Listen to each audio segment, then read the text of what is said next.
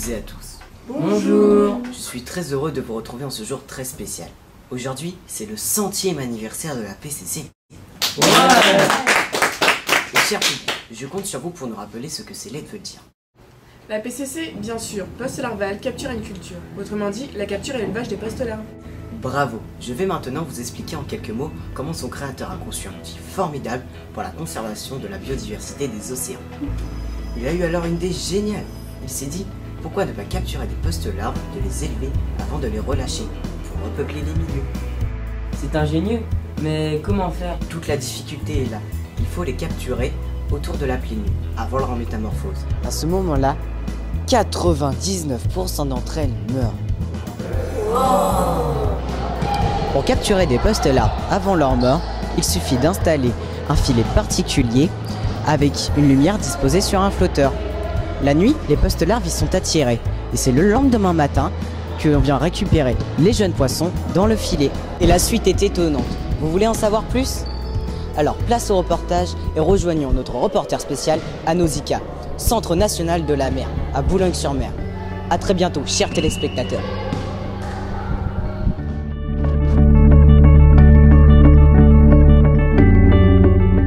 Bonjour Monsieur Valette, vous êtes directeur de Nausicaa.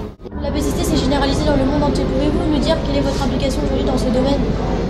Nausicaa est très impliqué dans la PCC et d'ailleurs depuis le début, puisqu'on a été parmi les premiers grands aquariums du monde à utiliser ces captures qui sont pour l'environnement bien meilleures que tout ce qui a été fait jusqu'à présent, puisque l'idée c'est que toutes les post-larves qui sont capturées, eh bien, ces post-larves elles sont destinées à être dévorées par les adultes du lagon.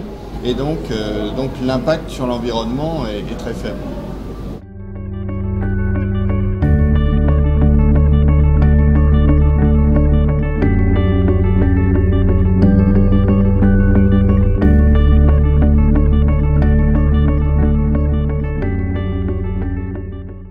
C'est quand même une technique de pêche universelle.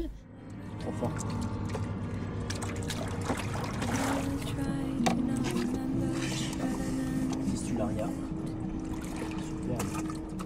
Il y a toujours un intérêt à sensibiliser les gens. Et Nausicaa le fait depuis des années. Mais aujourd'hui, en 2111, on va au-delà de la sensibilisation. On incite les gens à agir. Et ça, c'est important.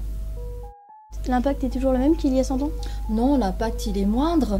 Parce qu'il y a eu une réelle prise de conscience. Les actions sont allées, voilà, elles ont abouti. Et puis on vit en harmonie avec notre planète aujourd'hui. Et arrivez-vous toujours à vous faire comprendre?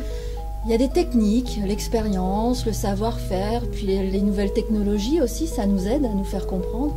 Et puis c'est un peu notre métier, éduquer à l'environnement. Merci. I'm a river.